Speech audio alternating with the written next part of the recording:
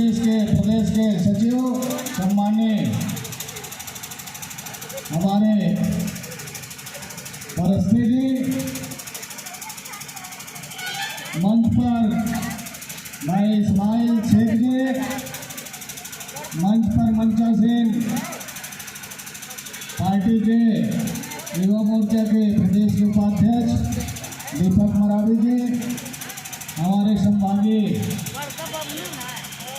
महामंत्री गिरधार सिंह आयाम जी, अजय सिंह कमरू जी और शशि राजपूत जी, सुरेंद्र अग्रवाल जी, सुरेश आयाम जी, तोष कुमार आयाम जी, राम सिंह मरकाम जी, अमर सिंह परस्ते जी, शिवनारायण कुर्रे जी, जय दिनेश वर्मा जी और समस्त यहाँ हमारे मातृशक्ति द्रौपदी जी और उनके साथ में यहाँ के तमाम मातृशक्तियाँ यहाँ उपस्थित सभी के चरणों को मेरा सादर सादर सेवा जोहार। साथियों, छत्तीसगढ़ जो सरकार चल रही वो डबल इंजन की सरकार है और डबल इंजन की सरकार में गरीब को, किसानों को इस तरह बुलडोजर से लोग रोकने का काम कर रहे हैं, ये किसी से छिपा नहीं है। और 3 दिसंबर को जनादेश प्राप्त हुआ था, 1 वर्ष हो गया, 1 वर्ष गुजर गया, इनको जनादेश मिला, लेकिन उस 1 साल में पूरा लाइन ऑर्डर खराब रहा। अगर पूरा प्रदेश का परिदृश्य आप देखें, रायपुर के बगल से कलेक्ट्रेट और एसपी कार्यालय चल जाता है, बलौदा में, बलौदा बाजार है ना, फिर उसके बाद जहां गृह मंत्री है वहां जला करके हत्या कर दी जाती है एक साहू परिवार को, गृह मंत्री के क्षेत्र में। इसी तरह सूरजपुर में पुलिस वाले के पत्नी और बच्चे को सरेआम मर्डर कर दिया जाता है। और रही बात जो शिक्षा है, शिक्षा स्कूल एक शिक्षा का मंदिर है और वहाँ जितने गरीब किसान मजदूर हैं वो अपने बच्चों को पढ़ाने के लिए, शिक्षा प्राप्त करने के लिए वहाँ भेजते हैं। और ऐसे जगह में अगर दरिंदगी हो, दुष्कर्म जैसा बड़ा घटना हो जाए, वो भी सामूहिक रूप से, तो आखिर किसान मजदूर कहाँ अपने बच्चे को भेजेंगे साथियों? और सरकार का लगाम नहीं है अपने अधिकारी कर्मचारियों के ऊपर में। यहाँ अभी एक तहसीलदार को भी दौड़ा के मार दिया गया, इसी एमसीबी जिला का घटना है। तो बताइए, प्रशासन कुछ ठीक ठाक नहीं चल रहा है। चल रहा है क्या भाई? नहीं चल रहा है ना। और हमारे यहाँ के आदरणीय विधायक, पूर्व केंद्रीय मंत्री जी लापता है। मैं तो एसडीओपी साहब, पुलिस प्रशासन से अपील करता हूँ कि मेरे तरफ से लापता का रिपोर्ट दर्ज कर दिया जाए, क्योंकि हम उसने तो कही थी कि जो हमारे समाज के बहू बेटियों के तरफ आंख उठा के देखेगा उसका हाथ काट देंगे। अभी तक एक जबान से कोई शब्द नहीं निकल पाया। निकला क्या? कहीं पर कोई प्रेस मीडिया में कहीं कुछ बात आया क्या? तो साथियों, आप लोग भी, यहाँ की जनता भी ऐसा है कि जो काम नहीं करते हैं ऐसे लोगों को आप लोग वोट दे करके, चुनाव जिता करके भेज देते हो साथियों। तो बड़ी बड़ी बात कर दिया, यहाँ को चांद भगार को जिला बना देंगे, मनेन्द्रगढ़ से यहाँ तक रेल लाइन मेरे ख्याल से चालू भी हो गया है। हमारा साथी बोल रहे थे कि भाई अग्रवाल जी बोल रहे थे, नागपुर में एक साथी ने पूछा तो उसने कहा कि भाई ठीक है यार, वो ट्रेन में आइए आप जनकपुर तक। वो क्योंकि बीजेपी का था तो भड़क गया। तो साथियों, भड़कने की क्या बात है? जो बातें आपने कहा अरे नहीं कर सकते तो सदन में तो बात उठाना चाहिए, उठाना चाहिए कि नहीं उठाना चाहिए? अरे होगा नहीं होगा बात की बात है, लेकिन ये लोग सदन में भी बात नहीं करते हैं। साथियों, मैं जो सदन चला पूरा 5 दिन का सदन में मैं वहीं था, रायपुर के ही विधानसभा में था साथियों, क्योंकि हमारा भी विधायक है। इसलिए इन तमाम मंत्रियों के लिए हमने इस क्षेत्र के तमाम जो भी काम है उसका हमने अपने तरफ से पत्र लिख करके यहाँ से यहाँ तक रोड बनाया जाए, यहाँ का स्कूल बनाया जाए, यहाँ पुल बनाया जाए, ठीक है ना भाई? इन तमाम का पत्र हमने दिया है। तो साथियों, ये जो घटना घटी है वो दुर्भाग्य है और हम प्रशासन से चाहते हैं कि हमने मीडिया और सोशल मीडिया के माध्यम से देखा था कि आपके द्वारा पुलिस प्रशासन के द्वारा एट्रोसिटी एक्ट नहीं जोड़ा गया, उसको तत्काल जोड़ा जाए। अगर जोड़ दिया है तो हमको बताया जाए।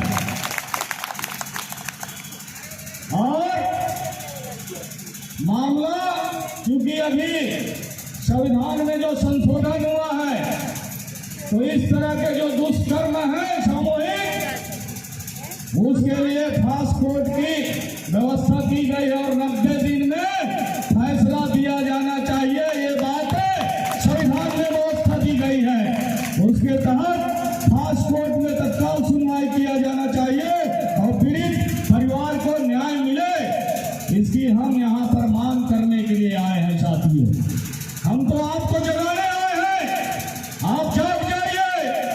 इन तमाम दरिंदे लोग आपके लोगों को किस तरह देख रहे हैं, कभी भी कोई भी दुर्घटना घट सकती है। यहाँ शासन प्रशासन नाम का चीज नहीं है, पूरा 1 साल गुजर गया।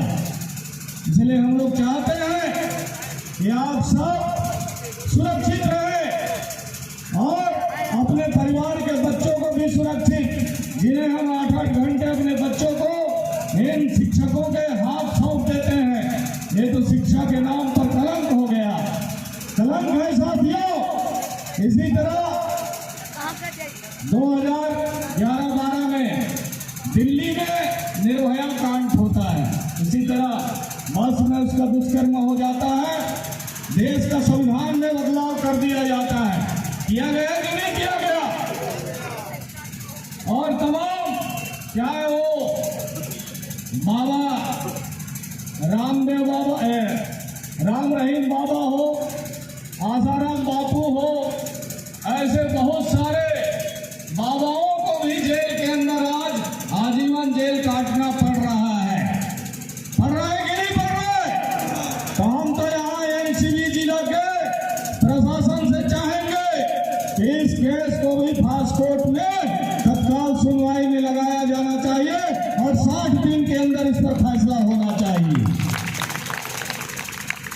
हम इसलिए यहाँ पर आए हैं, यहाँ जो भी जिसने भी ये कार्यक्रम को उजागर करने का काम किया है, हम इस मंच के माध्यम से उसे धन्यवाद देते हैं।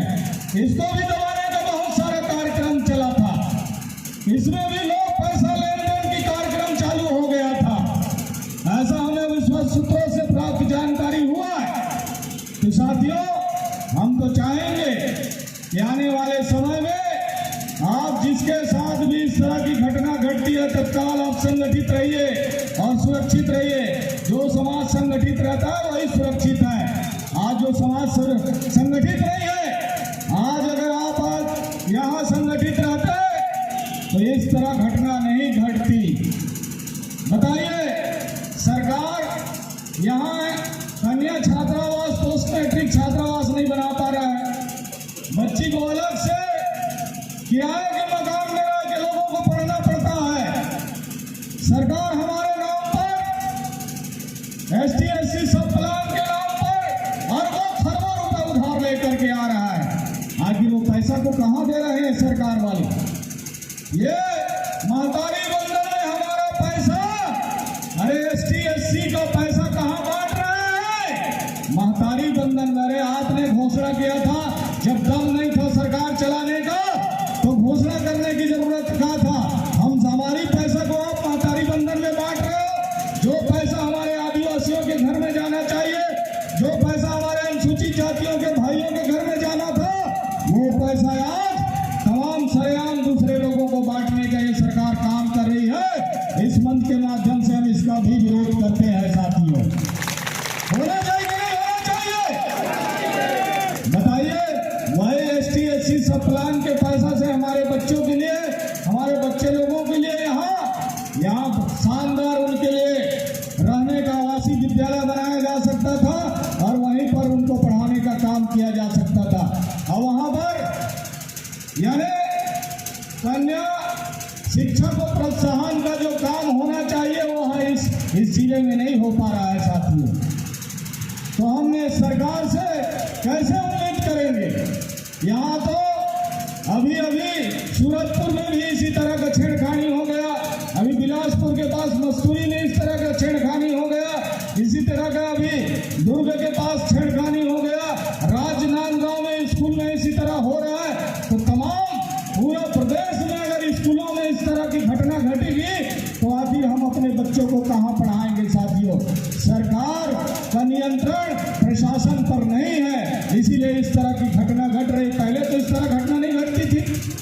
हम लोग तमाम लोग शासकीय स्कूलों में पढ़ के आए हैं, तो निश्चित तौर पर सरकार को इस ओर देखने की आवश्यकता है।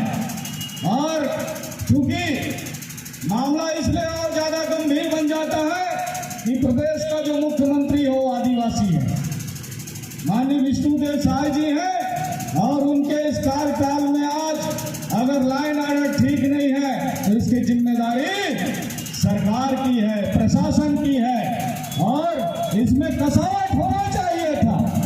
हम अभी 16 तारीख से विधानसभा की कार्यवाही चालू होगा। निश्चित तौर पर हम इस मामले को लेकर के मुख्यमंत्री से विधानसभा में मिलने का काम करेंगे साथियों। विधानसभा में हम उनसे समय लेंगे, क्योंकि दोपहर में भोजन अवकाश होता है विधानसभा में, तो अपने अपने चेंबर में लोग बैठते हैं, इसलिए हम तो 4 दिन में वहीं रहूंगा। और भी लोगों का समस्या होगा वो भी बता देना। मैं तो तमाम मंत्रियों के पास रोजीना इतना आवेदन लेके जाता हूँ, वो बोलने लग गए, अरे विधायक का एक पत्र नहीं आता है और श्याम सिंह मरकाम का इतना सारा पत्र आ रहा है, बताइए क्षेत्र के विकास के नाम पर। तो कहीं ना कहीं हमारे दिल और दिमाग में हम क्षेत्र में घूमते रहते हैं, समस्याएं देखते रहते हैं, अपने से लिखते हैं। अगर कोई सरपंच नहीं दे रहा है तो हम अपने से ही अपने लेटर पैड में लिख करके उनको इसकी जानकारी देते हैं। तो साथियों, हम तो चाहेंगे ये जो घटना घटी है इस पर जो पास्को एक्ट है उसमें जो कमजोर धाराएं हैं उसको भी बढ़ाया जाना चाहिए। बढ़ाया जाना चाहिए कि नहीं चाहिए? SDO साहब यहाँ पर SDOP साहब बैठे हैं, पप्पू जी, हमारी बात उन तक पहुँच रही है और अभी हम उनके साथ बैठ के बातचीत भी करेंगे। हमारा आज का जो कार्यक्रम है वो सांकेतिक है।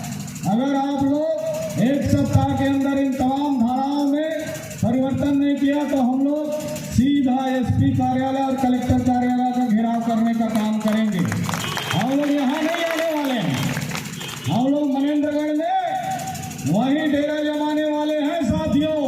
ये बात आप लोग सुन लीजिए। और यहाँ ये धरती छत्तीसगढ़ धरती किसानों का धरती है, धान का कटोरा कहा जाता है। सरकार ने 3100 और 21 कुंटल एकड़ में धान खरीदने का बात किया और जनकपुर में कितना ले रहे भाई? 15, पहले 13 ले रहे थे, फिर 15 में आए हैं। इधर हमारे खिलहारी साइड के भी साथी हैं, वहां भी 15 कुंटल। विधायक के साथी हैं, वहां भी 15 था, लेकिन इन लोगों ने आंदोलन करा करके उसको 21 कुंटल करवाया है। तो बताइए, ये सरकार में लोग बैठे हैं और इस तरह से आप जो वादा करते हैं और वादा टूट जाती है। तो ये सरकार वादा खिलाती है, वादा करके तोड़ने का काम कर रहा है। हम अभी इस मुद्दे को लेकर ये पूरा, चाहे वो कोरिया जिला हो, चाहे एमसीबी जिला हो, हम तमाम उन एसडीएम कार्यालय का घेराव करने जा रहे हैं साथियों। इसका तैयारी 10 तारीख से शुरू है खड़गवां से। 10 तारीख को खड़गवां में, 11 तारीख को मैं सोनाहत में, 12 तारीख को केल्हारी में।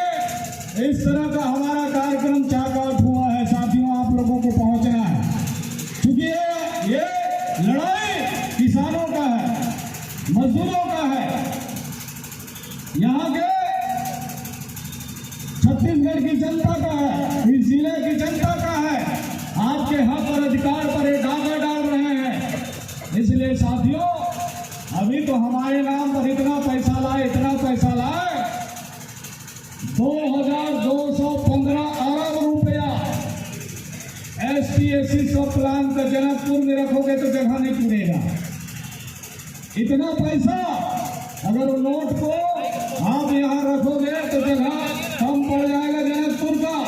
इतना पैसा लाए और ये पैसा को अलग अलग जगह में लोग खर्च कर रहे हैं। सरकार हिसाब नहीं दे रही है, इसलिए हम लोग बहुत जल्दी इस पर कोर्ट जाने वाले हैं। और कानून में 275 जो अनुच्छेद है उसमें व्यवस्था भी है कि अगर आप वो ST/SC सब प्लान का पैसा खर्चा नहीं करोगे तो सरकार को उसका ब्याज सहित फिर से अगले साल उसको जमा करना पड़ेगा। ये प्रावधान है, ये पैसा लेट से होने वाला नहीं है। इसलिए आने वाले समय में हम इन सरकार के खिलाफ में न्यायपालिका के दरवाजा खटखटाने वाले हैं, चाहे हाई कोर्ट हो, चाहे वो सुप्रीम कोर्ट हो, और ना माने तो बास कोर्ट में भी लेकर के जाना पड़ेगा ना। हमारे फौज भाई बोल रहे थे, किनके लिए बोल रहे थे? इन दुष्कर्मियों के लिए, इन पापियों के लिए बोल रहे थे। तो साथियों, हम तो चाहते हैं कि ये जहां पर भी कब्जा करके घर बनाए हैं, इनका भी बुलडोजर, हमारे साथी लोग तो कह रहे थे अभी बुलडोजर मंगा लेते हैं, तो हमने कहा अभी बुलडोजर नहीं मंगाते हैं, प्रशासन को कह रहे हैं। जिम्मेदारी प्रशासन की है। हमने मना किया कि बुलडोजर अभी नहीं आएगा, नहीं, हमारे साथी तैयार कर लिए थे। क्योंकि शासन कानून को अपने हाथ में लेने की आवश्यकता नहीं है। हम शांति प्रिय लोग हैं और शांतिपूर्वक अपनी बात को कहने आए हैं। उस बालिका के साथ जो दुष्कर्म हुआ, घटना घटी, निश्चित तौर पर दुर्भाग्यजनक है।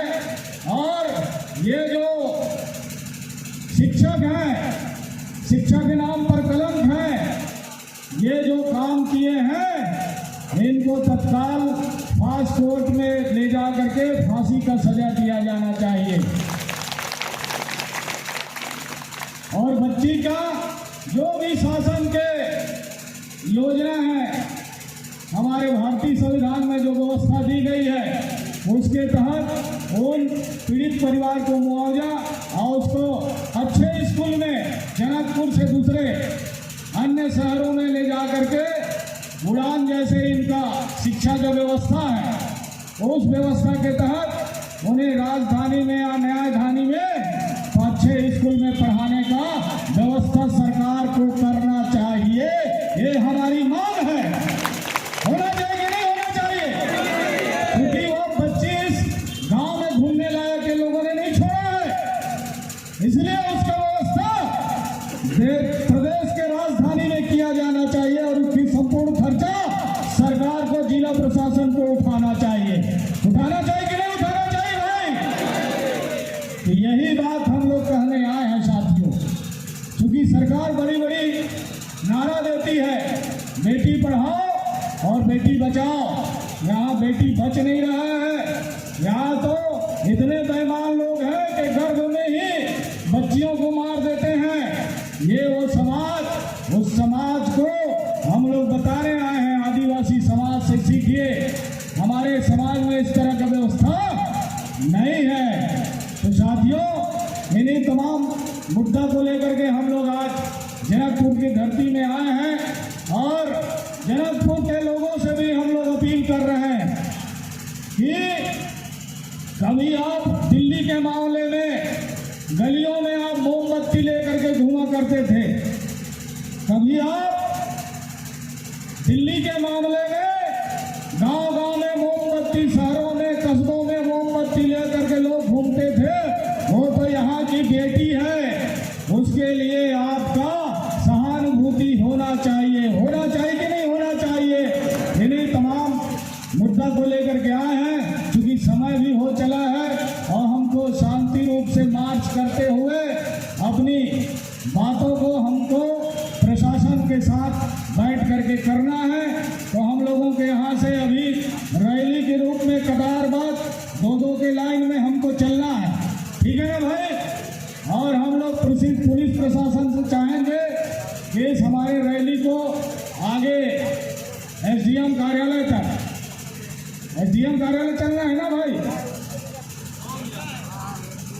एसडीएम कार्यालय जाना है ना? एसडीएम कार्यालय तक हमको आप मार्ग प्रशस्त करते हुए पहुंचाने का काम करें। इन्हीं आशा और विश्वास के साथ मैं अपनी वाणी को विराम देता हूं। सभी के चरणों को सेवा जोहार करते हुए पुनः सबको सेवा जोहार। जय सेवा, जय गोंडवाना, जय भीम।